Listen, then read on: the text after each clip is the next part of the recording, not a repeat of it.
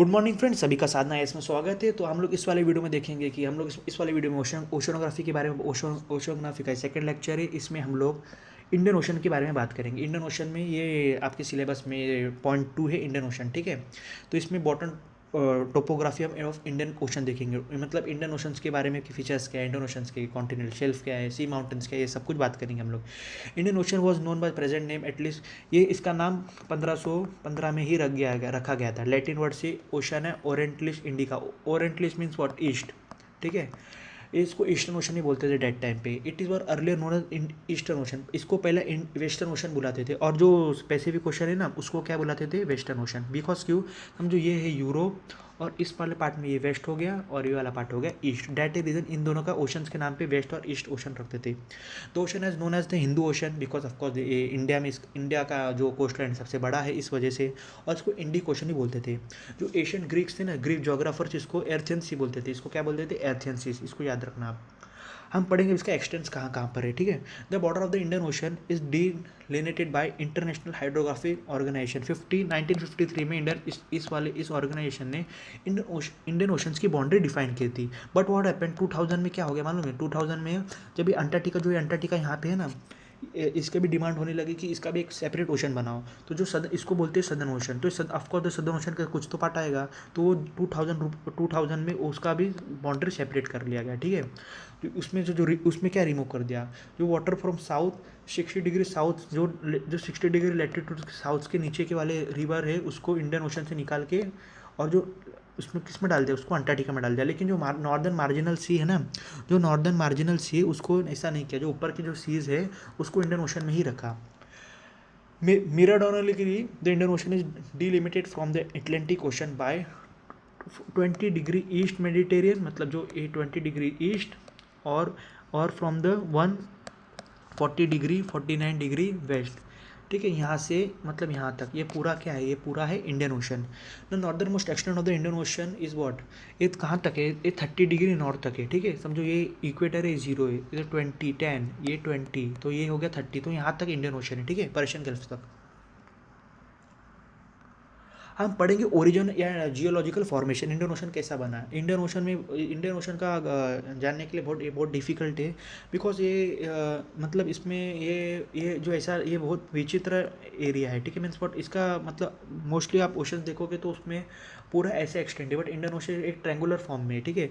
इसका फॉर्मेशन कब हुआ, जब गोंडवाना लैंड ब्रेकअप हुआ 175 ईयर्स अगो, ठीक है। बट इसका एग्जैक्टली ईयर्स बताना अभी भी मुश्किल है।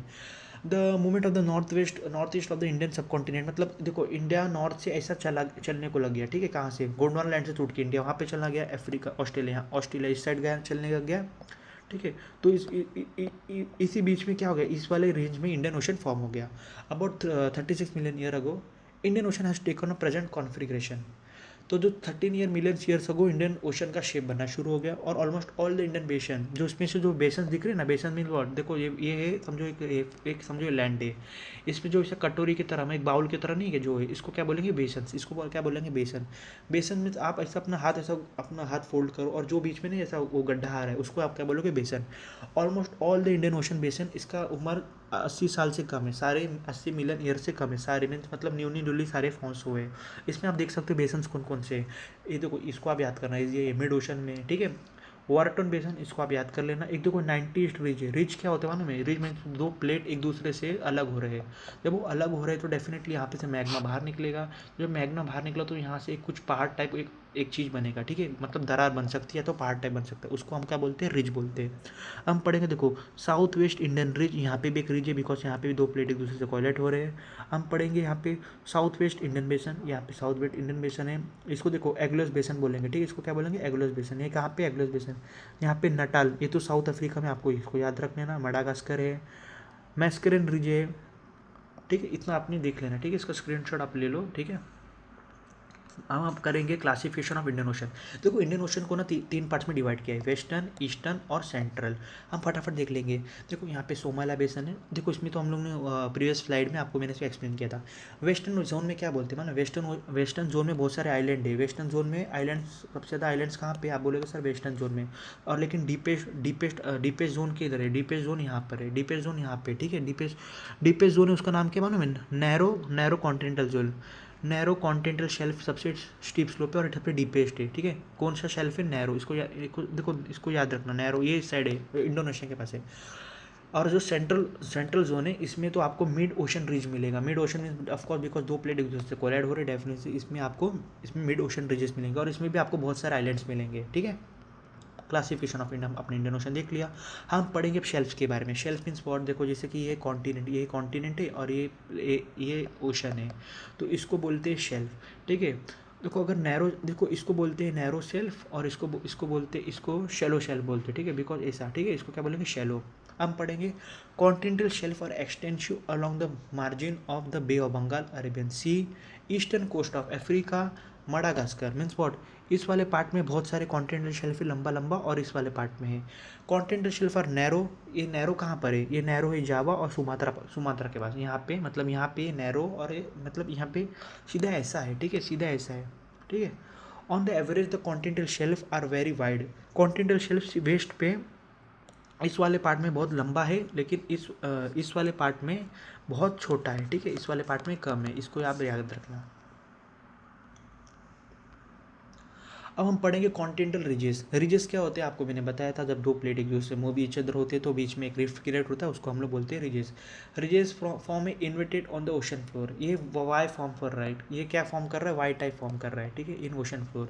Starting in the upper north west with the चार्बल्स ridge in the Arabian Sea. Arabian Sea से, अरेबियन की चार्बल्स रिजेस से शुरू होते होते ये ऐसा कुछ बनते जा रहा है, ठीक है, ये ऐसा बनते जा रहा है। चार्बल्स ridges Arabian Sea turning due to south part Chagos Laccadive, Lakshadweep के पास प्लेट्यू, और becoming the mid Indian Ocean, मतलब ये मिड बना रहा है।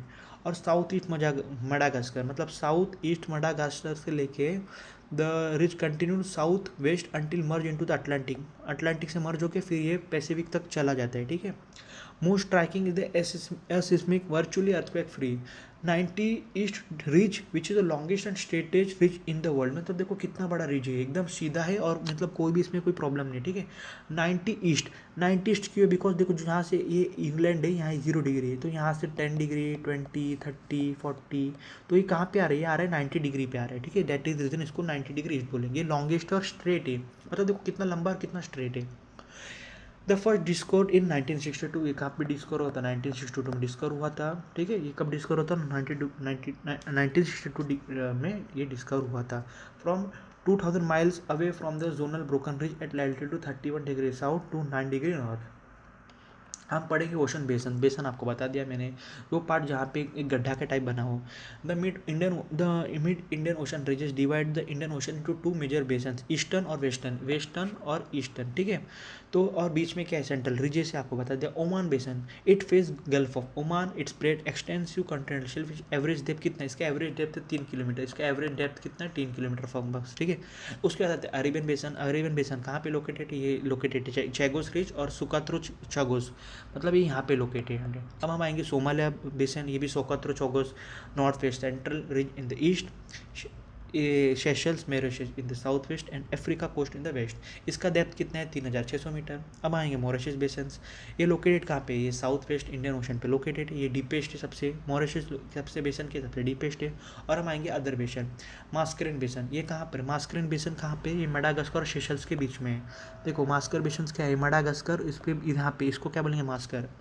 और एगुलस नेटल यहाँ पर है, एगुलस नेटल बेसन यहाँ पे, और बाकी के छोटे मोटे देखो ईस्टर्न वेस्टर्न ये सब है, ठीक है। बेसन हम लोग ने देख लिया।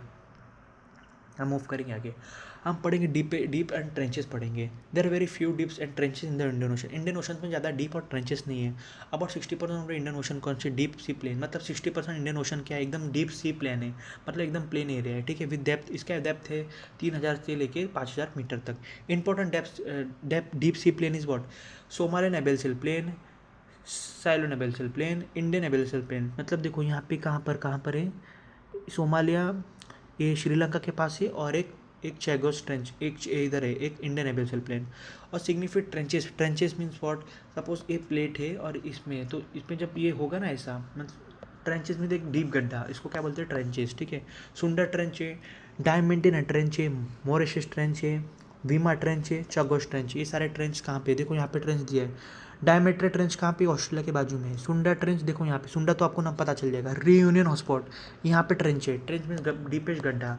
ये मैक्सिमम डेप्थ इज कितना, 8,000 किलोमीटर है, ठीक है, और ऑलमोस्ट 5 माइल्स। ये डीपेस्ट स्पॉट क्या पे, ये डायमेटा डीप ट्रेंच है, डायमंड था, ठीक है, ये सबसे डीपेस्ट है, ठीक है। It is deepest spot trench, ये लोकेटेड कहाँ पे, पार्थ, यहाँ पे पार्थ सिटी वहाँ के बाजू में ही ये आसपास लोकेटेड है। अभी हम इसमें आप देख लो कुछ, इसमें आप ये मैप को ध्यान से देख लेते हैं हम लोग, ठीक है, इसको ध्यान से देखते हैं। अब देखो इसमें क्या है, देखो यहाँ पे ही डायमंड ट्रेंच है, ये ब्रोकन रिजिस है, ये वारटन बेसन है अपना।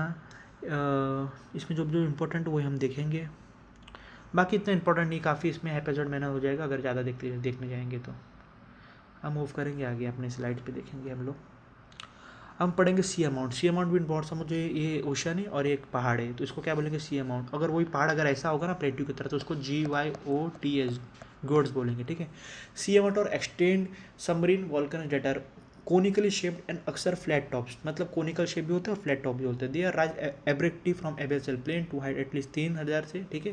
मतलब ये अचानक राइज होने लगते हैं, अगर समझो ये यहाँ पे मैग्मा है, अचानक यहाँ पे से प्रेशर मारते जा रहा है, तो डेफिनेटली ऐसा बन जाएगा। Indian Ocean seamounts are particularly abundant, मतलब भारी मात्रा में है। कहाँ पे है, रियूनियन के पास है, सेशल्स के पास है, सेंट्रल इंडियन बेशंस के पास है, ठीक है, मतलब भारी मात्रा में यहाँ पर है। आई थिंक इसमें कंप्लीट हो गया होगा, ठीक है। तो इस वाले वीडियो में इतना ही रखते हैं, हम लोग नेक्स्ट वाले वीडियो में पैसिफिक देखेंगे, अटलांटिक देखेंगे। आई होप आपको वीडियो अच्छा लगा होगा, and any suggestion please comment it, definitely I will take care of it. Thank you, जय हिंद।